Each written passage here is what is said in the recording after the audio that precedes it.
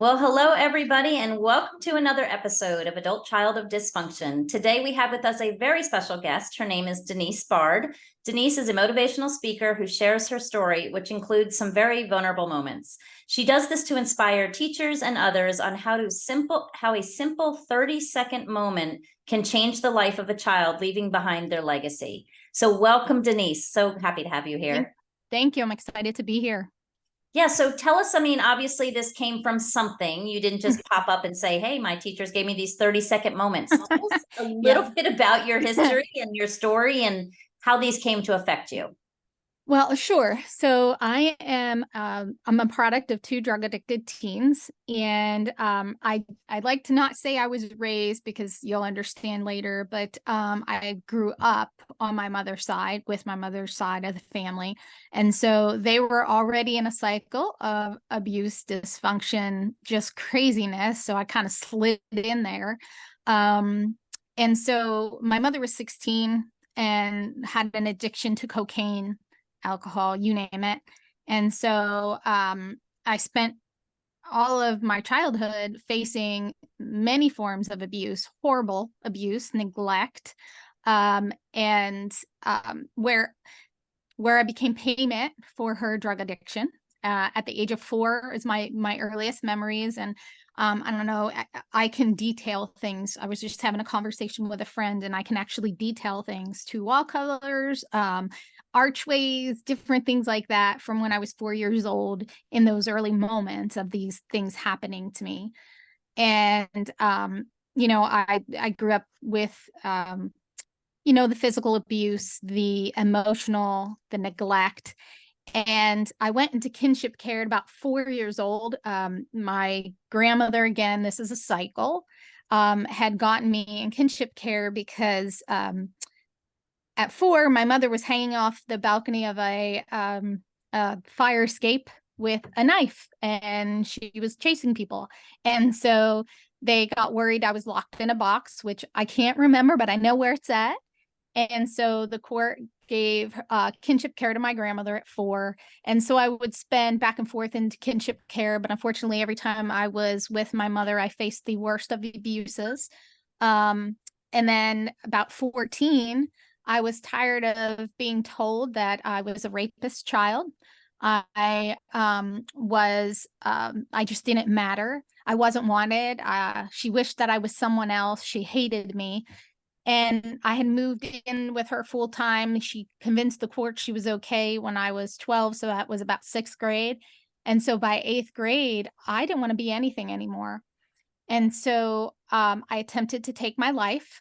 And as I crushed up all her pills that we had in the cabinet into water, and I began to drink, I take about that first gulp, and then I stopped.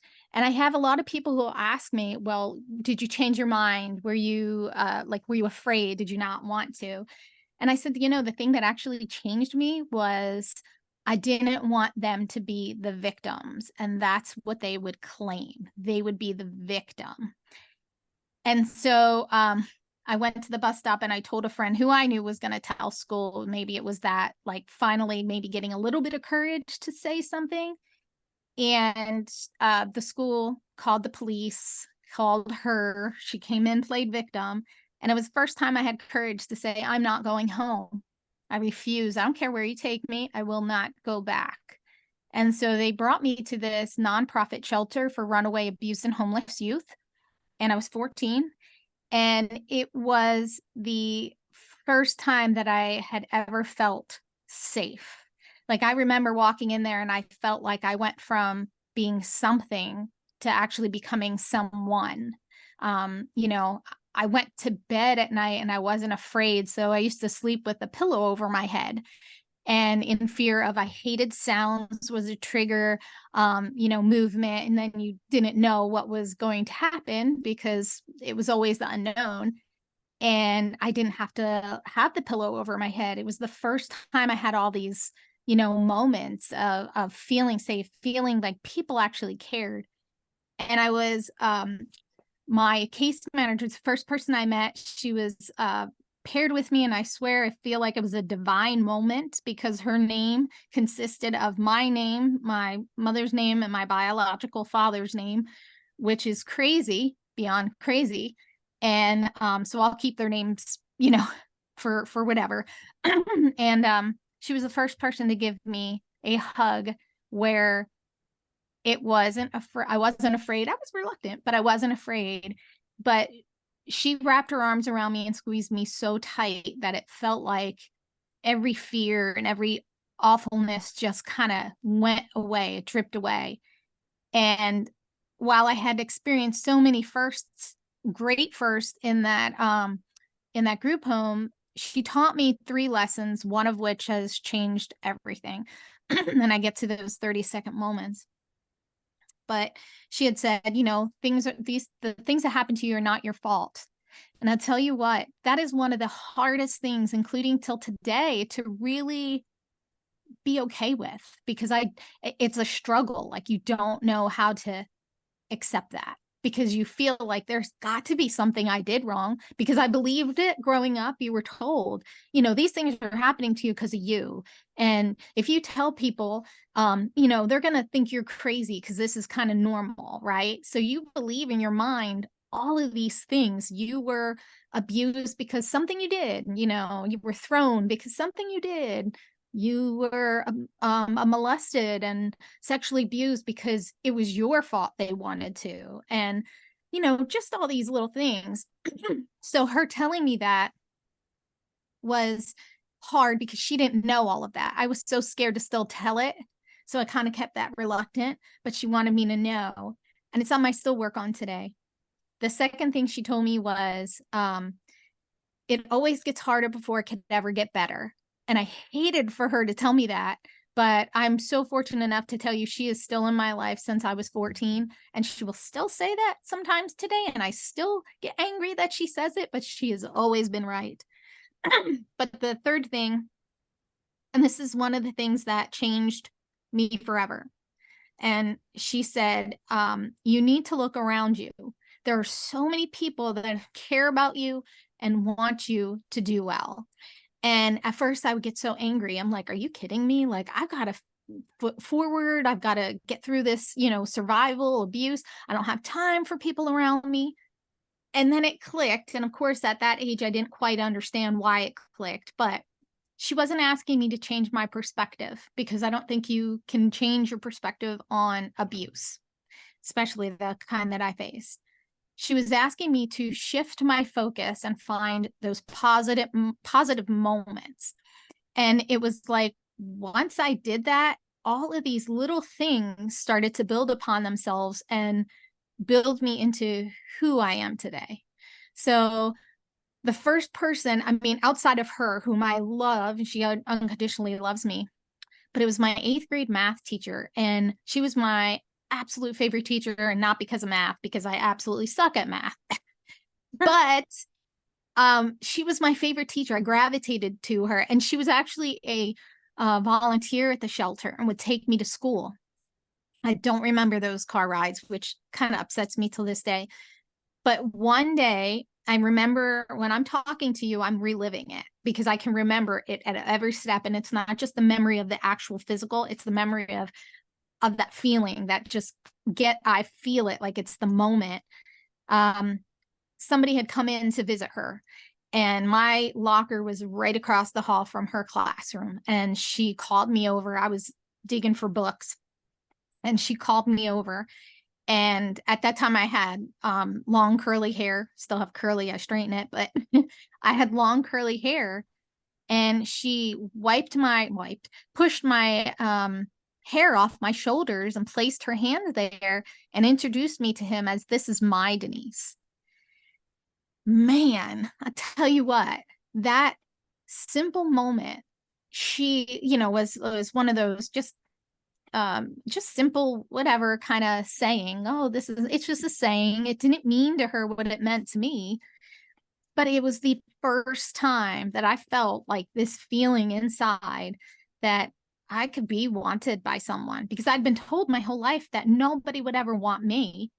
And here, my favorite teacher is saying these words, and I'm telling you right now, and I still feel it when I say it. And that's why I say these moments transcend time, because it does something to me.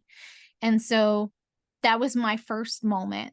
And then my second moment came with a teacher, or actually my soccer coach. I had decided a year after I'd gotten out, 6 months after I'd gotten out of Anchor House, and I had to go back. A lot of transpired, and I can talk to you about that. But a coach, after I decided I'm going to not do this anymore, and I don't care about who, the person that would feel guilty, I don't care, right?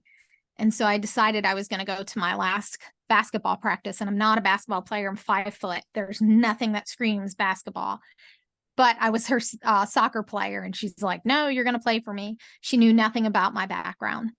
And walking into the practice that day, which I considered my last practice, she comes walking beside me and throws me into this headlock and tells me she's taking me under her wing.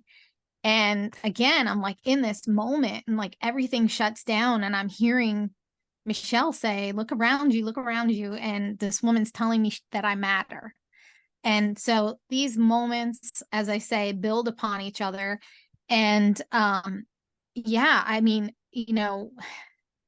facing the things that I did, and never being able to get away, I had to find something. Somebody told me they're like little rays of hope, little lights of hope that were shining through to keep me to go to the next day, go to the next day. But it was difficult. I mean, after I got out of Anchor House, my mother didn't want me back, which I was all right with. But the court system, they like to reunite families and kind of get them back together. And so they felt that it was okay that I go with an uncle, which he had been good to me. But once I got to his house with his wife, there was so much abuse there.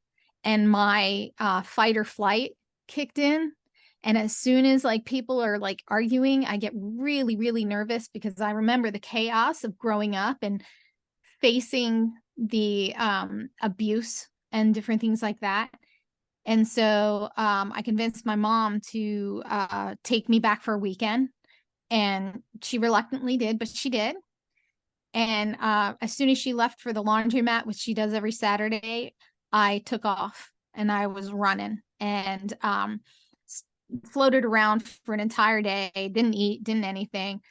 And I went to a house who the girl was in Anchor House with me, which is the nonprofit group home. And she told her mom, who's a social worker, a poor one at that, who called the police. And I will never forget, I was taken to this place called Youth Emergency Center. And I sat at a table, and it's in a hospital. And this is a hospital my mother spent some time in the psych ward with. And this fat man came in, put this piece of paper down, slid it over to me, and said, you have two choices. You can either, one, go upstairs to the psych ward because she's filling out all the papers to commit you, or you can write down on this paper how you've made up everything for attention. And I sat there for a few minutes. I was like, I don't even, Wow. contemplated. Yeah. And I wrote it because I was so hungry. All I wanted was a Whopper Jr. from Burger King with fries and a milkshake. That's all I wanted. And yeah, that was the hardest thing I had done. And there was only one other time. I know I'm floating all over the place. But there was one other time where I actually tried to get help with a social worker came to my house right after she had gotten me, maybe a year after. And my mother and my grandmother were sitting on a couch right outside the kitchen door. And I slipped this social worker a paper, and I said, please help me. I am scared. And that social worker left, and I never heard back. Wow. And so, yeah. Unbelievable. Unbelievable. Yeah. So, I mean, I'm just thinking about all those different things. And, one of the things that resonates with me the most, I mean, I'm listening to it, but it's just sad. Well, first of all, the system is broken. Oh, yeah. And, and unfortunately there's nothing we can do about that today. Yeah. But it's so sad that for one, you kept getting returned to your mom. Yep. I mean, that in itself is scary. And Mhm. and the fact that you just didn't have the support, and it's just crazy. I mean, it's crazy. And it's so warming though that you had it in you to know to take these moments, and that at least you had that one person that started that process. Because Yeah. I know that I wouldn't. I tell her to this day, I'm like, I know I want to be here. Like, I know, like, there's no ifs, ands, or buts. I didn't want to be here. And it saved me a year by, that's in my thought. I was like, well, it just saved me a year, not knowing I was going to go there. But at the end of the day, I mean, I was ready to keep giving up. And it was, you know, had she not taught me that, I know I wouldn't be here. There's no question. so it's those three things that just kept running through your head. It's not my fault, it's going to get harder, and somebody out there cares about me. And then I mean, it's like any kids that go through trauma and abuse and neglect. You're looking for the signs. You're looking for any sign of hope Yeah. that things can get better, or that there's light on the other side of the tunnel, which it's hard to believe. And that's what leads to the suicide attempts. And Yeah.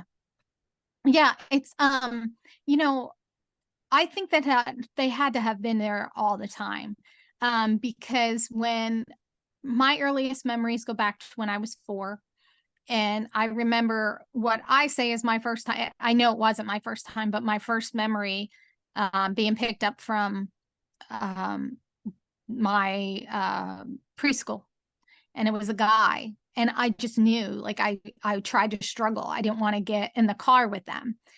And I remember going to the house. I remember the arched doorways where the couch was. I can remember the smell. Um, I was forced to lay in bed the first night.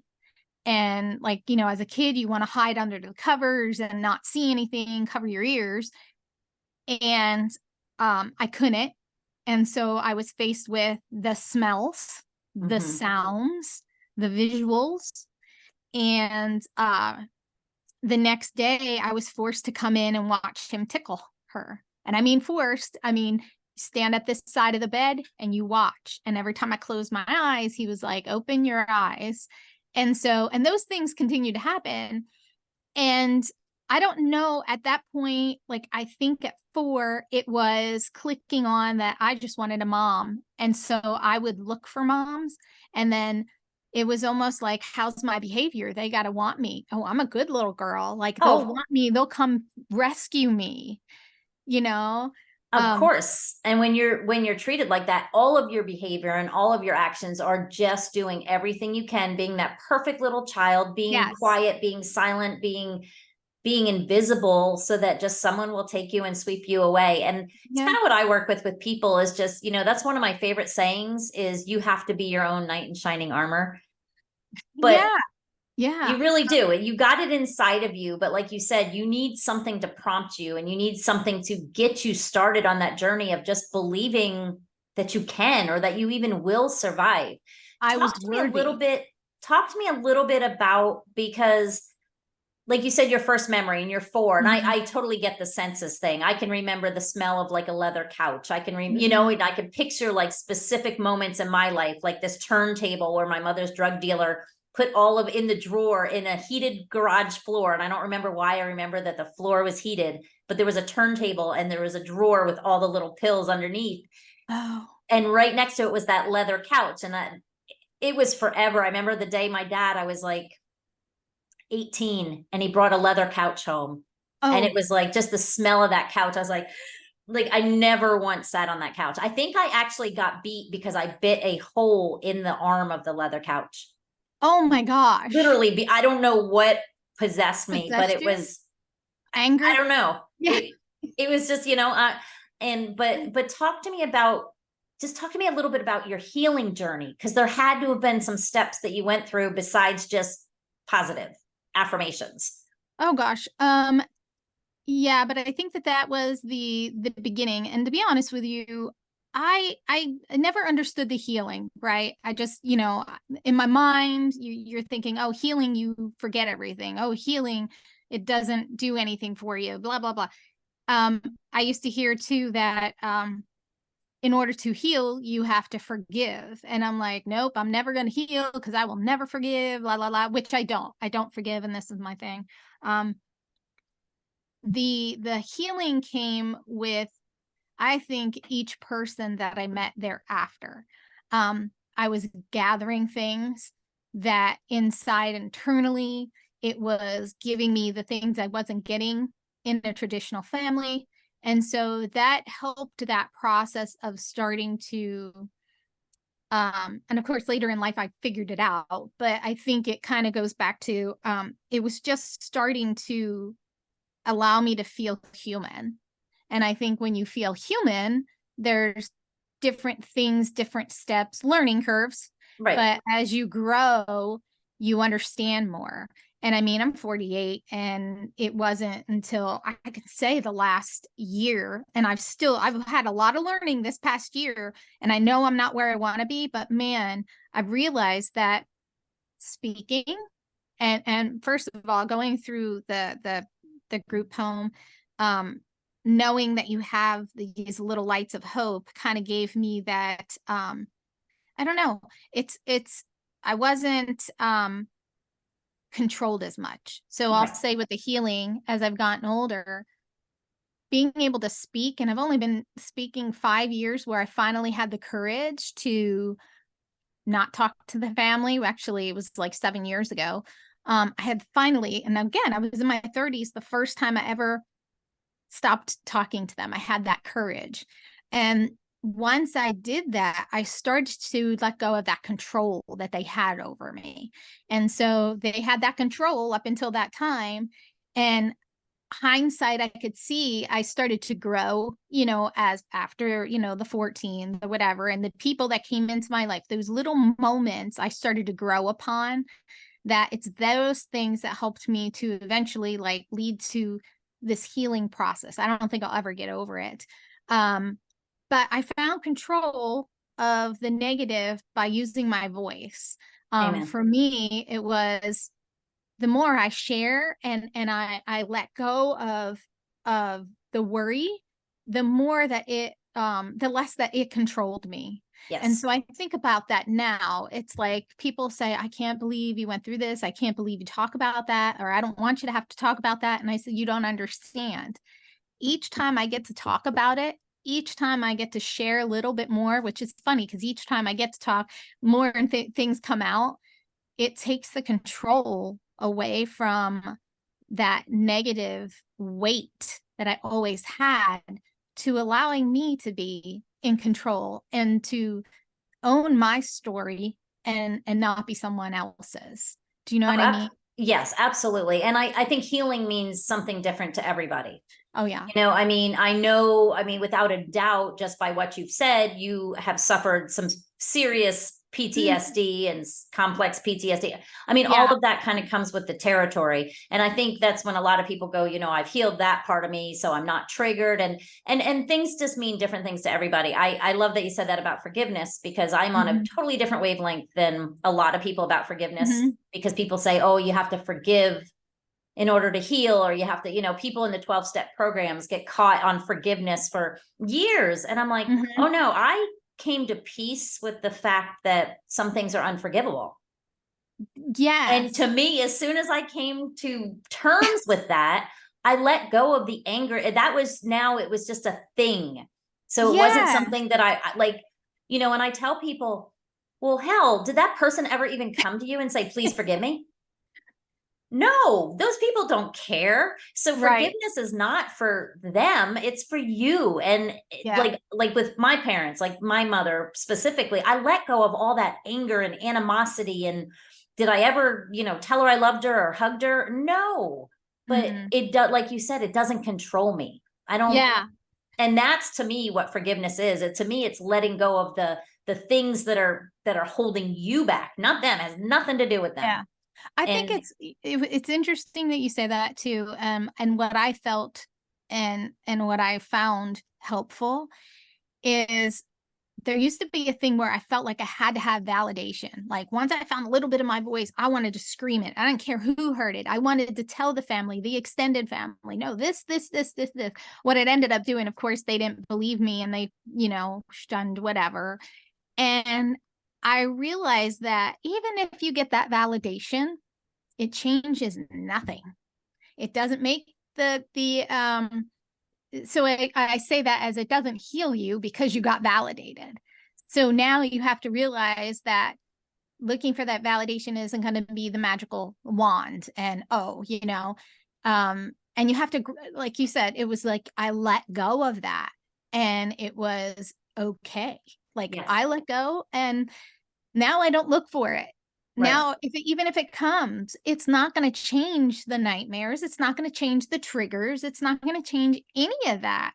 But now I don't look for it. I don't look for that to be my healing. Right. Where that's where I thought, oh, I'm not going to go anywhere unless I do this. Right. So, right. Yeah. It's neat. It's not neat, but you went through, like I said, our lives are very paralleled in so many different aspects that it kind of, I don't want to say makes me giggle, but it brings back a lot of things that I'm like, oh yeah, like the smells, like I hadn't thought about that.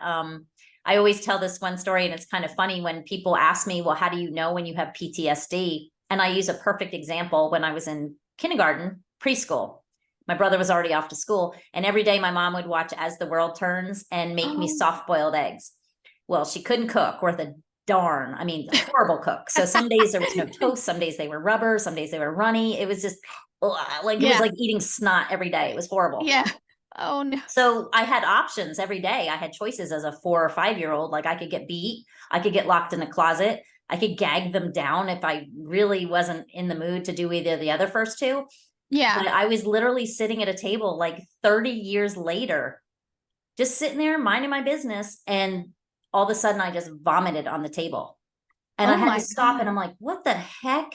And on the TV in the living room, As the World Turns had come on. And I just heard that music and I was like, wow. And that was the first time I truly 100% understood what PTSD was.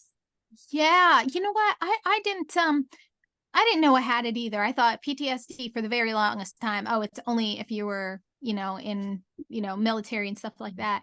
Mine are songs and smells. All that. But I get really like, my heart, it just everything when I hear certain songs from the 70s. I'm sorry. I always tell my husband, who is 8 years older than me and likes some of these songs. And I'm like, no, you have to change the channel. You have to change the channel. I can't, And for the longest time, I never told him a lot about my family because I was worried. That's a whole other thing.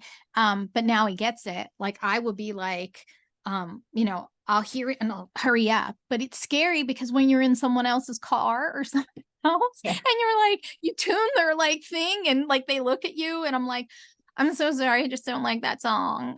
But yeah, I never, it was only a couple of years that I'm like, oh, really? I have PTSD. And like, you're like, oh, complex PTSD. Somebody told me, I'm like, oh, and I looked it up. I'm like, oh, if you go to a therapist, they literally, and they get back into your history and everything, that it's no different. What you went through, think about that, is no different than being at war. Yeah. It's no different than being in a foxhole, waiting for bullets coming over your head, walking on eggshells, tiptoeing in and out of there. It's no different. Yeah. Yeah. It just the actual item that's being used as the weapon is just different. That's all it is. So it's what you went through. You went through 14 years of being at war. Yeah. Of course you do. More than that too, but the first, I'm just talking up until you started. And it's funny that I've had to face some of that where you cannot get away from that trigger, which is wet dog smell. And I have 3 dogs. And like, I had to turn what I associated with it to my dogs. Like I had to work through that and now kind of just say, when I smell wet dog on my dogs, I don't think of that anymore. I might think of that at somebody else's house when I smell wet dog, but my house, I don't know. It's like I had to train myself not to jump back because I have dogs and they're Right. gonna And that's probably like, I'm an LP practitioner as well. And we do a lot of like grounding and refocusing and reframing things and anchoring. And that's probably like within an hour, you could, even probably less, you could literally get rid of that entire trigger. Yeah. Right. But Yeah. what you did, it's like you helped yourself learn that process. I don't know how long it took, but of anchoring that thought or that, that thing. It's like if you, like me with the As the World Turns, I mean, that's like, who would have even thought it was so random? But literally, if I listened to that music purposely and thought of something super happy every time I listened to that music and did it over and over and over again, just not even hundreds of times, but just a few times. And I did something like, get super happy and then like grab my ear or whatever it is. Yeah. The next time you want to bring in that idea of happiness, you just do that action. It totally erases everything, that moment of time, and it's gone. And that's a very simplistic version of how you could do that. But you can get rid of any trigger, anyone. I went into this virtual group during COVID, and I had only gone in once because I was just trying to find something to I think COVID for me, I had to face so many things. It was very hard because I had nothing else to distract me. I spent so many years being distracted. I have 2 kids. My son has autism, he's high functioning, so I had a lot of things to distract me. But come COVID, man, I was like, holy crap, all this stuff came and I hit a bottom. And I went on to this group, and 6 people were in this virtual group, and this one girl, she was a younger girl, and I was thinking, I don't belong here. This is like, I'm not where I don't know where I belong. But I listened to her and I kind of giggled at it at first, and then I tried it. So she said that every time she starts to get a flashback, a trigger, she taps something near her, like a physical tap, to bring her back to where she is in that moment. And I found myself doing that. And so while I cannot listen to the songs, as soon as it's changed over, in order to get myself off of what I just heard, I tap where I'm at and I'm like, oh, I'm in my car, or, oh, I'm in my thing. And when Michelle, who was my caseworker, used to say, look at everything around you, I call it shifting. Like I shift my focus. Okay, shift. And like I say it in my head, I'm like, shift in a panic, shift. And it's like, it's that thing where I have to, like, when you tug on your ears, I'm like, shift. Yeah, I mean, and some of those practices, I mean, for the people out there listening, I'm sure people get into those triggered moments, and that is huge. It's so good to be able to do it. Like I tell people, if you're like really anxious and something's coming up, just look around the room and do, I call it this, I don't call it this, it's called like the sensory thing. So just, even if you say it out loud, what are 5 things I see? What are 4 things I hear? What are 3 things I smell? What are 2 things I can touch? What is 1 thing I taste? And all you're doing, like you said, you're shifting your mind. You're completely distracting yourself from where you were. And you're lowering your nervous system. You're like decompressing, you're just not, because when you're anxious like that, you're not processing anything. Like you're just out there. You're like you said, all over the place. Right. So you got to calm those nerves real quickly. So when you were talking or asking me about these like 30-second moments and stuff, something for me is that I go back to those moments constantly. So in order for me, if I'm I went back to my family and I, was getting abused, told I was hated, I would tune them out, even though I knew it was coming out at me. And I would literally go to that moment of my teacher doing that and feeling that inside. And as an adult, I found myself doing that as well. And so it's when I can't, do the shifting of whatever, I have to shift mentally to a time when. So, I shift in different ways in order to get myself through the trigger. And so, yeah, like I'll go back to that teacher, I'll go back to that coach. And I go back to this one teacher I had. She was my high school teacher. And I am so fortunate that I have two of the three or four, my caseworker, my eighth grade math teacher. I've seen her a few times, Miss Camiotti. I've seen her a few times, but I have my coach and then my high school teacher still in my life. Yeah. Like they're there. And Yeah. so it's my high school teacher had gone through things. Again, none of these people knew, except for my caseworker, my story. And she used to say to me, come talk to me. What do you know, back then you could go in someone's car. So in high school, right. come in my car, you know, and she would talk to me, and she had a rough life, but she didn't really know about mine. It was like a little bit, whatever. And she would tell me stories about how she got through things. And like, I pulled pieces from that. So like, yeah, it's about like, yeah, I'm still going through the process. I don't think I'll ever, because triggers, not all of them come to me yet. Yeah, no. And I always say, God's only going to give you what you can handle at the time. It's kind of like you're only going to remember what you need to remember at the time and what you're able to deal with. You know, this is how it happens. It comes little bits and pieces. And so it's a journey. It's a lifelong journey. It's building character. Yeah, it's so worth it. You know, some people say, like you said, some people say she said it gets harder. You know, and there's a couple things I don't believe in. I don't believe you have to relive every ugly moment to heal from them, or to reframe them, or to put, like you said, you can't put a different perspective on it. Right.